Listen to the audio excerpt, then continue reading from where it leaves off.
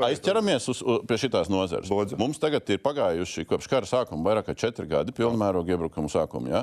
Mēs turpinam ņemties ar to, ka Ziliņa ieraksta, ka būs cik tur patvertnes 4x4 plānā. Patvertņu nav, un viņi visticamāk nebūs šogad tā īsti līdz galam pielāgot. Sākumā to kavējumu pirmo sāka Kučinskis. Nebija tur tāds baigā tempā taisam patvertnes. Likums ir izmainīts. Likums ir. Mēs šobrīd esam pieņemti. Likumā nevar patvērties. Es šobrīd, Dombrovkungs, jums saku, šobrīd jau mēs nevaram ietekmēt arī cilvēks, kam šobrīd ir vienkārši jāiztīra pagrabs. Tur jau nekādas patvertnes nav jābūvē.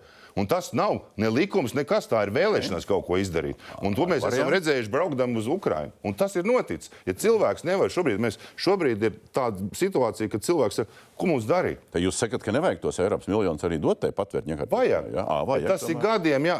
Te jau ir tā problēma, Dombrovkungs, ka mums šobrīd par šiem drošības jautājumiem ir jāiet to, ko mēs esam ierakstījuši un sākuši veidot no 18. gada. Šo visaptvarošo valsts aizsardzības sistēmu, kas arī ir šīs valdības viens no pirmajiem deklarāciju ierakstītiem punktiem.